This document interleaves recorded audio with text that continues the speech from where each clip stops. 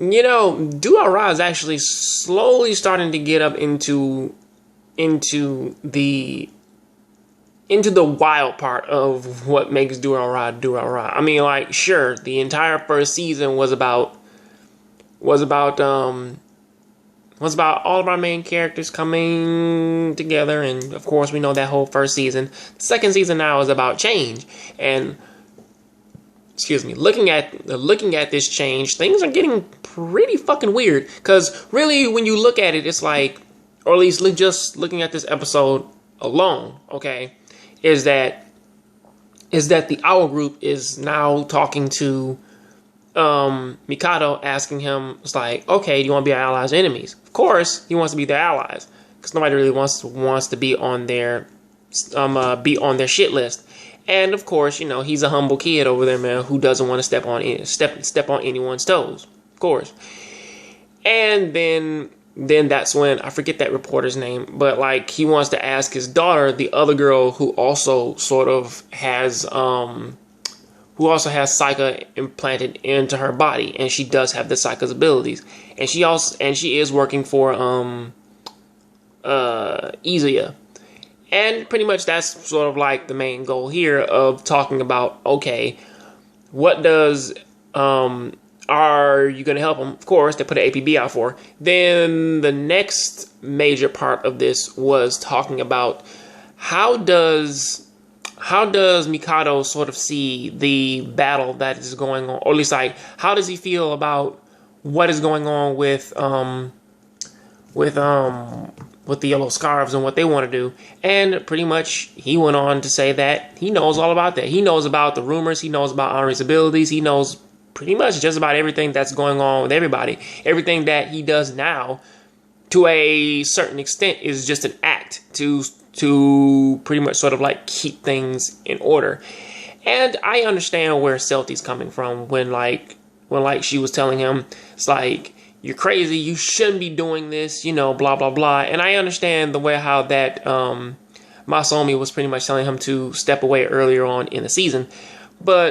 And also them saying that Alba, he wants to use Mikado for some random reason. And Mikado's like, I'm just using him the same way he's using me. I'm using him to purify the dollars. And so that's just what I want to do.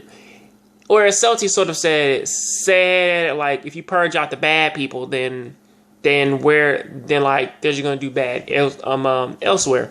And to a certain extent, I do understand where she's coming from, but I also understand Mikado's thing of saying like, I don't want those people associated with the dollars, because the dollars was not meant for that thing. If anything, it was just like a normal chat room for people to have a good time and do positive things, just an outlet for people to sort of go to have fun, and then you have like a community of really nice people. That's pretty much all he wanted.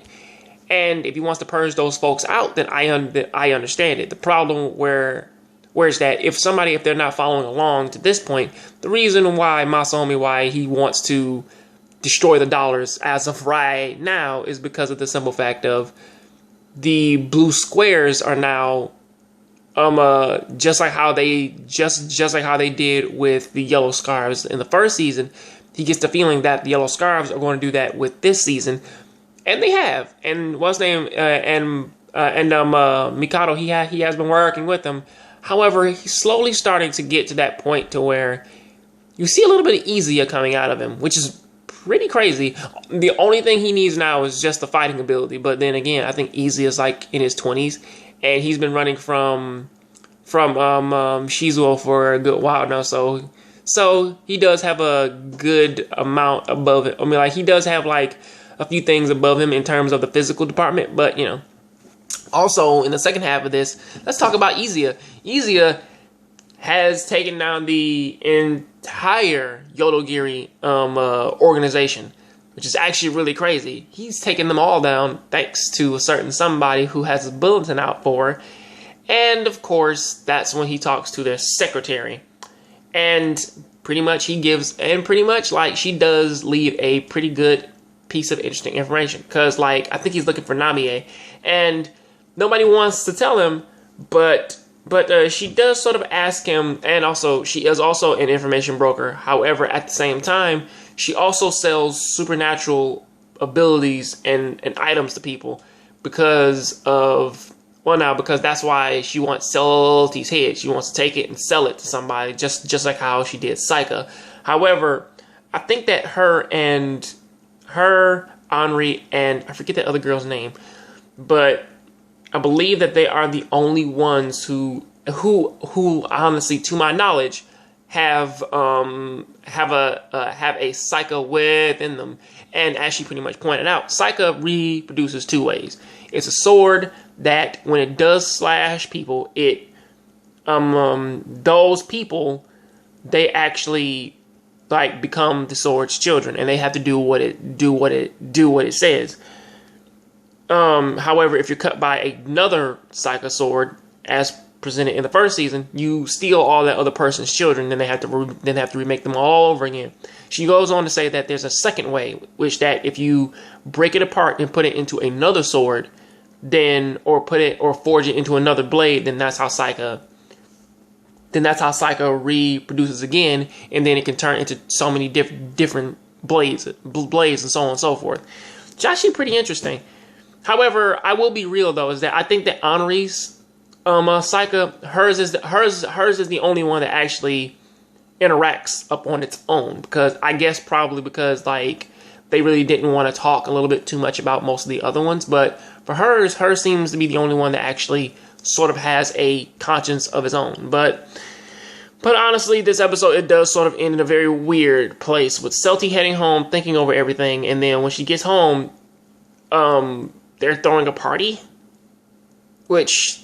and Namie is there. I swear, a lot of that comes off as pretty weird. Oh, also, Issei, he does get captured because Slogan was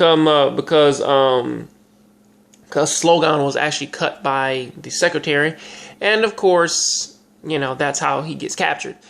And they do want information upon Celti's head, but they're not really gonna get that. So, honestly, with how this is going, this thing is slowly starting to get to a place where it's like shit ain't looking good for nobody.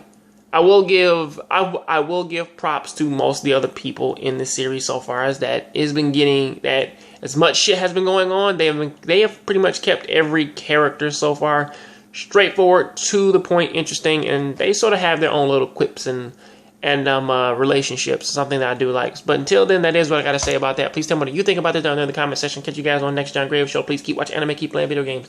I'm out.